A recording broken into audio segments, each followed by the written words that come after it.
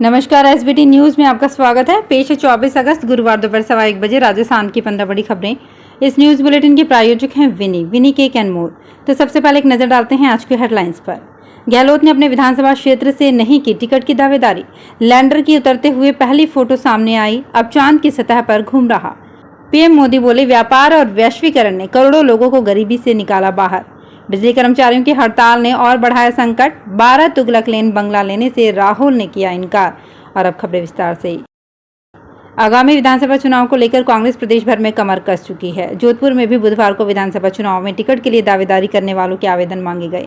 तीनों विधानसभा क्षेत्र में आवेदन ब्लॉक अध्यक्ष को दिए जाने थे, लेकिन सरदारपुरा विधानसभा क्षेत्र से एक भी आवेदन नहीं आया। कांग्रेसियों को उम्मीद थी कि मुख्यमंत्री अशोक गहलोत अपनी दावेदारी का आवेदन ब्लॉक अध्यक्ष देंगे, लेकिन शाम तक जब कोई भी आवेदन सरदारपुरा विधानसभा क्षेत्र की ओर से नहीं आया, तब ब्लॉक की मीटिंग में सर्वसम्मति से सीएम अशोक गहलोत को सरदारपुरा विधानसभा क्षेत्र का प्रत्याशी घोषित कर दिया गया। इसरो के चेयरमैन पवन के गोयंका ने गुरुवार सुबह प्रज्ञान रोवर की रैम से बाहर आते हुए तस्वीर शेयर की। 23 अगस्त को शाम समय 6:04 पर चंद्रयान 3 चांद के दक्षिणी ध्रुव पर उतर गया। इसके साथ ही चांद के सबसे मुश्किल इलाके में लैंड करने वाला भारत दुनिया का पहला देश बन गया है। करीब 14 घंटे बाद गुरुवार सुबह खबर आई कि लैंडर से रोवर प्रज्ञान बाहर आ गया है और चांद की सतह पर घूम रहा है। राजधानी जयपुर के एक 5 सितारा होटल में G20 भारत 2023 इंडिया ट्रेड और इन्वेस्टमेंट मिनिस्टर्स मीटिंग चल रही है। इसमें प्रधानमंत्री नरेंद्र मोदी का विशेष संबोधन हुआ। ट्रेड और निवेशक मंत्रियों की मीटिंग में पीएम मोदी ने वीडियो मैसेज के जरिए संबोधन दिया। पीएम मोदी ने कहा, व्यापार और वैश्वीकरण ने भी करोड़ों लोगों को अत्यधिक गरीबी से बाहर निकाला है। हमने प्रतिस्पर्धात्मकता बढ़ाई है और पारदर्शिता बढ़ाई है। हम अगले कुछ साल में भारत को तीसरी सबसे बड़ी वैश्विक अर्थव्यवस्था बनाने के लिए प्रतिबद्ध हैं। राजस्थान में बिजली की कमी के चलते शहरों, कस्बों और गांवों में 4 से 5 घंटे तक कटौती की जा रही है। इसी बीच बिजली विभाग के जूनियर इंजीनियर्स और टेक्निकल हेल्पर हड़ताल पर हैं। कई इलाकों में लाइन में फॉल्ट होने के कारण 2 दिन से बिजली गुल है। लोग जब इसकी शिकायत बिजली ऑफिस पर करते हैं तो लाइनमैन के हड़ताल पर होने की बात कही जाती है। राजधानी जयपुर समेत पूरे प्रदेश में यही हालात हैं। जयपुर के वाटिका मानपुरा स्थित सोसाइटी में बुधवार शाम से बिजली नहीं आ रही है। गर्मी और उमस से लोग परेशान हैं।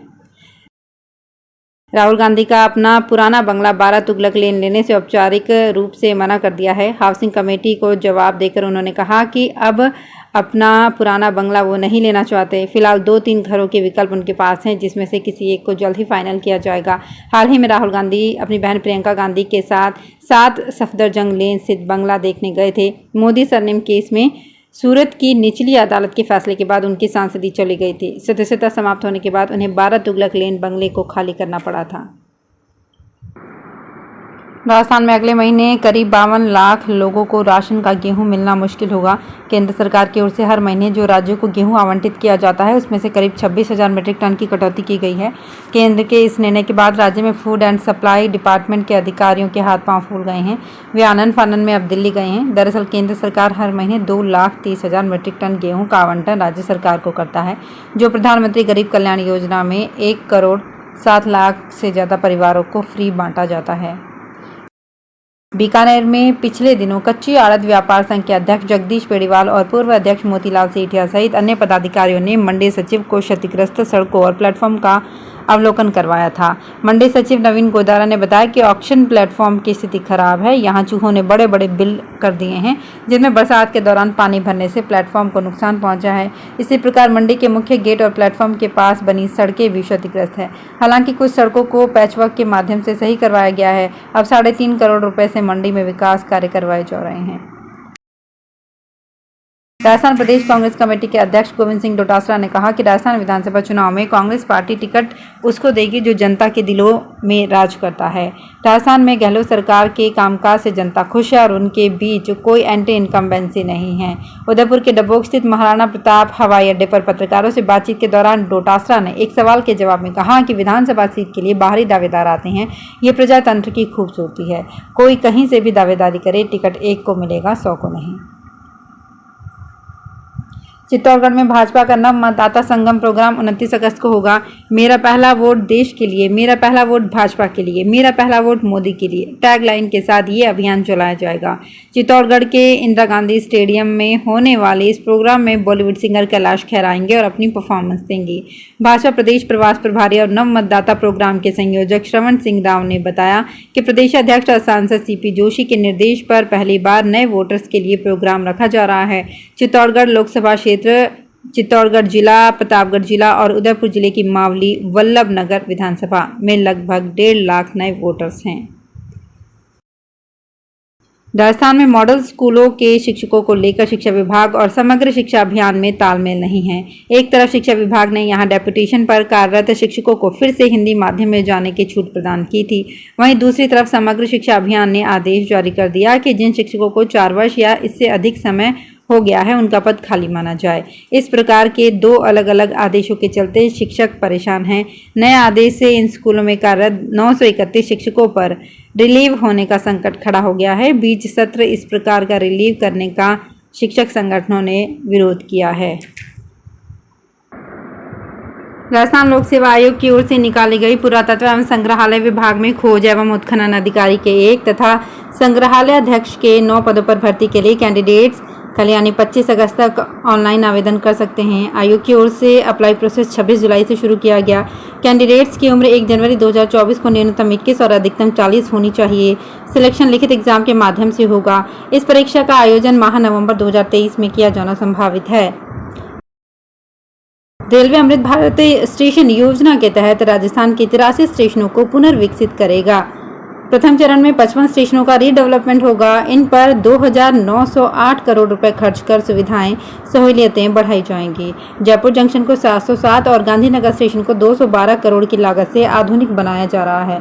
जयपुर जंक्शन पर हसनपुरा स्थित सेकंड एंट्री पर बेसमेंट का काम 90% तक पूरा हो गया है। रेलवे के एक वरिष्ठ अधिकारी ने बताया कि दिवाली के बाद प्लेटफॉर्म नंबर 6-7 पर ट्रेनों का संचालन बंद हो जाएगा। प्लेटफॉर्म के 150 मीटर हिस्से पर यात्रियों की आवाजाही भी बंद रहेगी। झालावाड़ के जिला कांग्रेस कार्यालय में बुधवार शाम 7 बजे झलरापाटन विधानसभा में विधायक पद पर चुनाव लड़ने के लिए आयोजित बैठक में प्रभारी आनंदी लाल मीणा ने आवेदन लिए। इस दौरान झलरापाटन विधानसभा से बुधवार को करीब 24 आवेदन आए। प्रभारी आनंदी लाल मीणा ने कहा कि स्थानीय को टिकट दिया जाएगा। उन्होंने कहा कि रायशुमारी की जा रही है, इसके बाद मिल बैठकर उम्मीदवार तय किए जाएंगे। इस दौरान झलरापाटन विधानसभा क्षेत्र के लिए करीब 29 आवेदन मिले हैं। इस मौके पर पूर्व विधायक मोहनलाल राठौर, पूर्व प्रधान रामलाल चौहान, सेवादल जिलाध्यक्ष नंद सिंह राठौर सहित कई नेता मौजूद रहे। 3000 की आबादी वाले पाली जिले के गांव मंडली खुर्द में 8वीं तक ही स्कूल है। ग्रामीणों का कहना है कि पहले भी स्कूल क्रमोन्नत की मांग को लेकर कई बार ज्ञापन सौंपा गया, लेकिन सुनवाई नहीं हुई। ऐसे में बेटियां स्कूल छोड़ रही हैं। कुछ ऐसी ही समस्या लेकर मंडली खुर्द गाँव के लोग संभागीय आयुक्त वंदना सिंघवी से मिले। उन्होंने बताया कि मंडली खुर्द गांव की आबादी करीब 3000 है। गांव में राजकीय उच्च प्राथमिक विद्यालय 8वीं तक ही है। 8वीं से आगे की पढ़ाई करने के लिए गांव छोड़कर दूसरे गांव में या पाली जाना पड़ता है। कांग्रेस नेता एवं पूर्व मंत्री भारत भूषण आशु के घर परिवर्तन निदेशालय की टीम ने आज छापा मारा है। ईडी की टीम सुबह सुबह ही आशु के लुधियाना स्थित कोचर मार्केट के पास बने घर में पहुंची।